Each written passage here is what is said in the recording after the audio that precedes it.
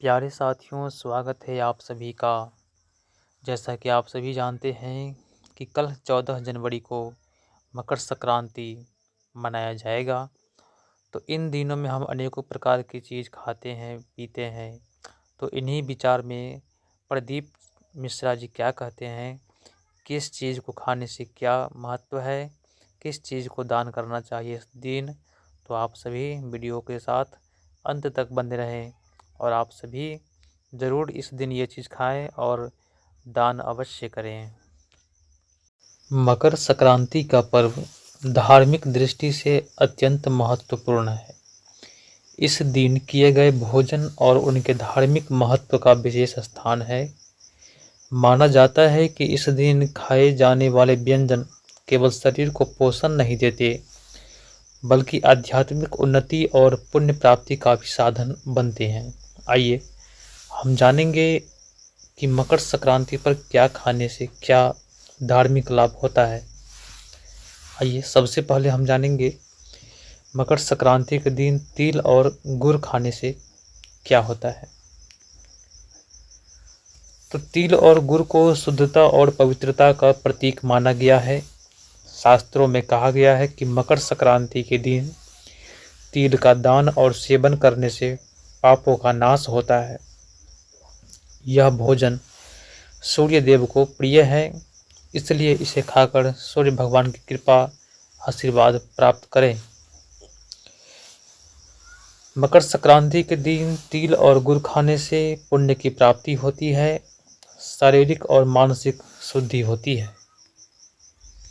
अब बात करेंगे हम कि मकर संक्रांति के दिन खिचड़ी खाने से क्या होता है।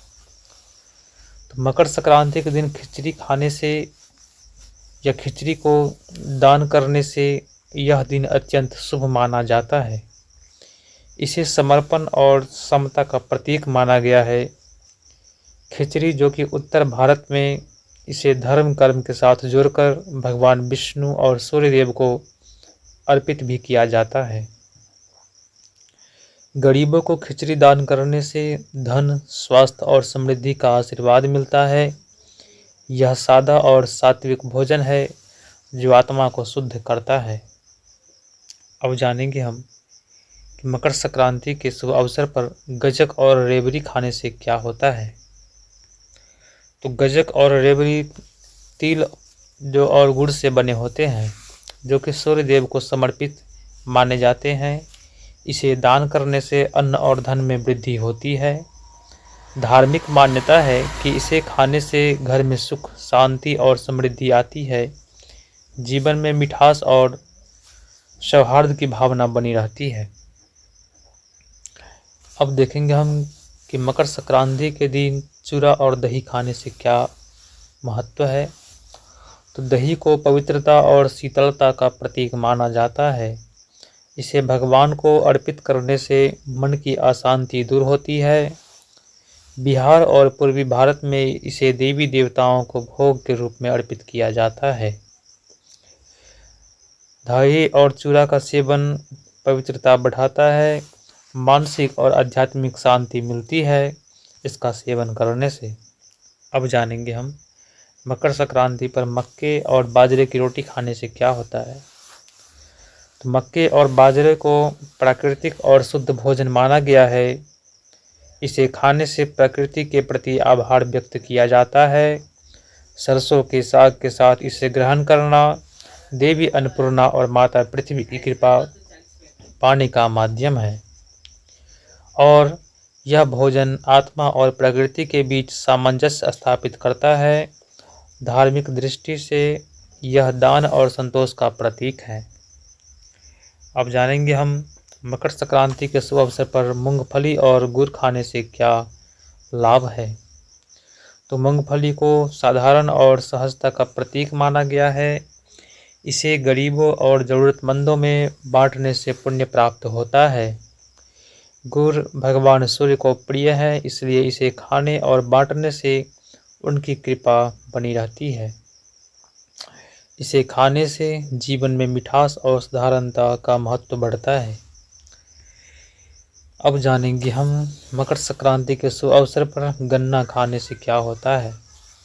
तो गन्ना जो कि समृद्धि और जीवन का मिठास का प्रतीक है, इसे दान करना शुभ माना गया है। दक्षिण भारत में गन्ने को भगवान शिव और पार्वती को अर्पित किया जाता है और गन्ना खाने से जीवन में सकारात्मकता और समृद्धि आती है।